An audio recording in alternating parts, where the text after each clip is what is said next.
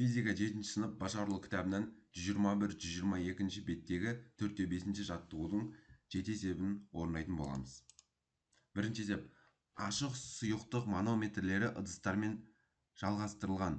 Ыдыстардың қайсысындағы газдың қысымы атмосфералық қысымға тең, немесе одан жоғары, немесе одан төмен екенін анықтаңдар дейді. Енді қараңыздар, біріншісінде А суретінде бізде көріп тұрсыздар, ыдыс жақтағы сұйықтың деңгейі жоғары, ал мынау атмосфералық қысыммен жалғанған бөлігі ол төмен орналасқан, ыдыс жағымен қарағандағы сұйықтықтан.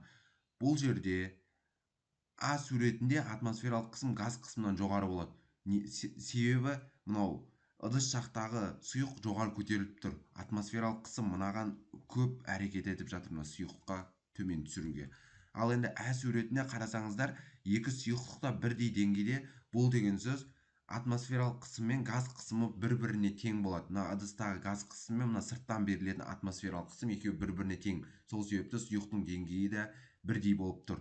Ал енді Б суретінде бізде қараңыздар, ыдыс жақтағы сұйық төмен түсіп тұрды, ал атмосфералық қысым әрекет ететін жақ жоғары көтеріліп тұр. Бұл деген сөз ыдыс жақтағы сұйық мынау жақтағы өзінің сұйықтығына көп қысым түсіріп тұр.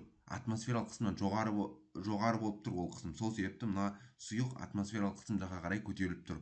Бұл деген сөз В суретінде газ қысымы атмосфералық қысымнан жоғары болады. Келесі. Егер манометрді атмосфералық қысымнан төменірек ауасы бар ыдыспен жалғастыратын болсақ, ондағы сұйықтың деңгейі қалай өзгереді? Енді қараңыздар, мына сұйық тұр. Егерде осы сұйыққа әкеп манометрді жалғайтын болсақ, яғни міне жалғанып тұр ғой, және де айтып тұр бізге бұл жердегі қысым төменірек болса дейді атмосфералық қысымнан.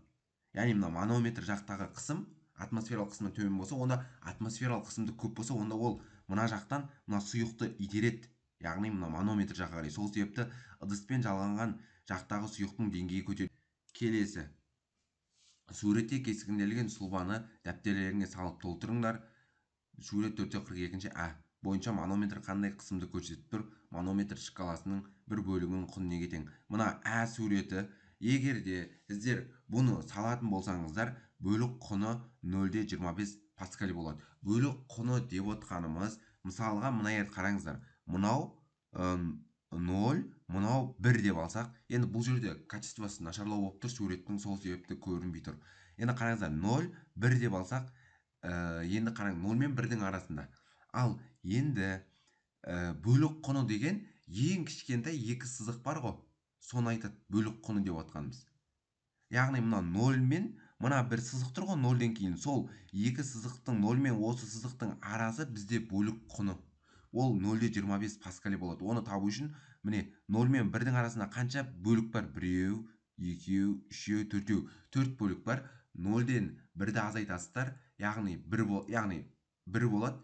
1-ді 4-ке бөлесіздер, ол 0,25 паскаль болады соның бөлік құны. Ал енді қараңыздар, мынау 4-тен 1 бөлік құнына шкала асып тұр, сол себепті 4-ке 0,25-ті қосасыздар, 4,25 паскаль болады. Келесі есеп. Сорғылардың поршені неліктен сорғы түтігінің қабырғасына тығыз жанасып тұрады дейді. Ауа шығып кетпей, поршен бойымен жүріп тұру үшін. Жалпы оның тығыз жанасып тұру себебі ауаның шығып кетпеуі үшін. Келесі. Ауасыз кеңістікте су сорғысы жұмыс істей ала ма дейді. Жұмыс жасай алмайды, себебі су сорғысы атмосфералық қысымға негізделіп жасалған. Келесі бізде есеп.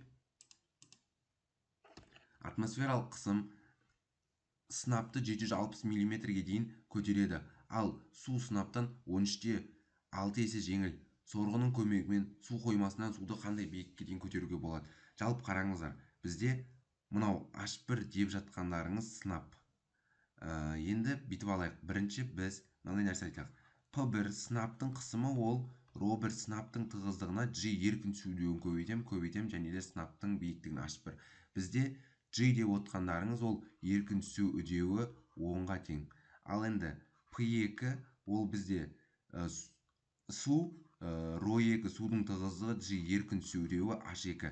Енді мынандай нәрсе, біздегі қысым екеуінде де бірдей болады. Яғни P1 мен P2-ні теңестірем. Сонда ρ1 G H1 тең болады ро 2 G H2-ге. Маған керек осы H2. H2-ні табатын болсам, онда мен ро 1 G H1-ді бөлемін ро 2 G-ға. Осыны есептеймін. Ро 1 деп отқаным, ол менде көріп тұрсыздар, ро 1 мен ро 2-нің қатынасы 13-6-ға тең. Яғни, мына екеуінің қатынасын мен сразу жаза салсам болады 13-6 деп. G деп отқандарың 10-ға тең, H1 деп отқандарың ол 0,76. Оны 10-ға бөлемін. Мына 10 мен 10 қысқарады, сонда 13-6-ны 0,76-ға көбейтемін. 10 бүтін 1336 метр болады. Келесі. Сорғының көмегімен спиртті қандай биіктікке көтеруге болады? Мұнайды ше дейді. Енді қараңыздар, бізде жалпы атмосфералық қысым, ол тұрақты атмосфералық қысым, оның 5 дәрежесі паскаль.